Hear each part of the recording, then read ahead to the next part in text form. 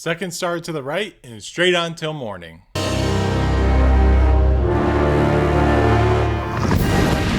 What's going on, fellow Illuminators? Welcome back in. I'm Lorcana Thanos, the Mad Titan of the Illuminary. As Red Sea brought us more support for pirates, and so I wanted to travel to Neverland for a thematic deck profile revolving around the Pirates of Neverland. As you can see right here, I am a big fan of Peter Pan, and I wanted to show that film some love today. So let's go ahead and dive right on in. Alright, so here we are on Dreamborn.ink going over our Neverland Pirate deck. It is Ruby Steel, which is a very interesting ink combo. 60 cards, 22 non-inkables. I was very concerned when I saw that. But again, Steel has a lot of good non-inkables, so we have to run them. And comes in just under $90, so very budget friendly. Let's go ahead and check out that list. All right, so we have 31 characters. So we have 4 copies of Michael Darling and 4 copies of Forceful Duelist in the one slot. And then 2 copies of John and 2 Wendy. Now you may be saying, hey, why aren't you running for Wendy? Because of the uninkable count, I had to keep that down and I chose to cut her. Obviously, I know you're going to say just take out some of the other pirates you're running and up the Wendy count. If you want to do that, that's perfectly fine. Wendy is absolutely crazy, though. She's really good for the deck. So she's evasive. She's only a 1/2, but she does get a power boost with her effect. That while you have another pirate in play, this character gets +1 strength and +1 lore. And then we have 4 copies of Mistress Me, a Bumbling Mate. Obviously, a quester that we need, plus a shift target, as you can see for this guy here, which we'll get to. And then this guy snuck aboard the Jolly Roger, but 3 copies of John Silver. We run locations, we kind of have to run them. 2 copies of Captain Hook, Master Swordsman. So what this guy does, if you're unfamiliar, he's a inkable 5. That's a 5/4 for 1. That first says that characters named Peter Pan lose evasive and can't gain evasive. So that's a really cool thematic element. And then his first effect is during your turn, whenever this character banishes another character in a challenge, you're ready him and he can't quest for the rest of the turn.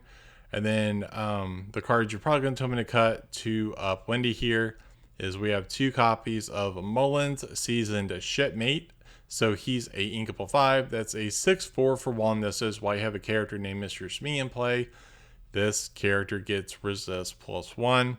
And then 2 Starkey Hook's Henchmen.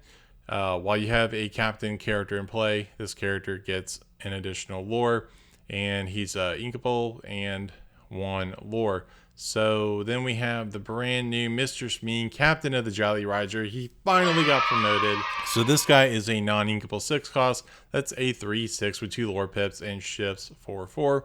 This says that whenever you play him, you may deal damage to chosen character equal to the number of other pirate characters you have in play. Well, we run nothing but pirates, so potentially you can hit pretty big. And then, of course, on theme and color, and one of my favorite cards of all time, Tinkerbell Giant Fairy. Obviously, massive AoE effect and just a fantastic card all around. Hey there, so real quick, if you're enjoying the content, if you could do me a massive favor, be sure to like, subscribe, and click that bell so you get notified of when I upload new videos every Tuesday and Friday. And let me know down below what you think of the video. All right, back to the video. Now we're going to move on to the actions. We have 6 of them, and that is just 2 copies of Fire the Cannons for damage and 4 Brawl for removal. 17 songs and a lot of uninkables, but let's go ahead and go through them. First up, 2 copies of The Islands I Pulled from the Sea. So this is to grab locations and then add them to our hand, but I didn't want to overextend. If I was going like more leaning into John Silver in pure location, I would run 4 of this card, but for what we're doing, I think 2 is fine. And then for some damage spells, 3 Let the Storm Rage On, 3 Strength of a Raging Fire, 2 and then Long Came Zeus into Grab Your Sword. And then of course, because it's Ruby, 3 B Prep for mass removal. And then what I've been seeing pirate decks playing a lot, and I wanted to try it out, is 2 copies of A Pirate's Life. And of course it's thematic because this is from Peter Pan. But if you're unfamiliar, it's a inkable 6 that says each opponent loses 2 lore and you gain 2 lore. So a good way to swing the game in your favor. And wrapping up, we have 6 locations. We have first up 3 copies of the Jolly Roger. The Jolly Roger is a non-inkable 1. That's a movement cost of 2 and a willpower of 5. You can move your pirate characters there for free, and characters gain rush while here.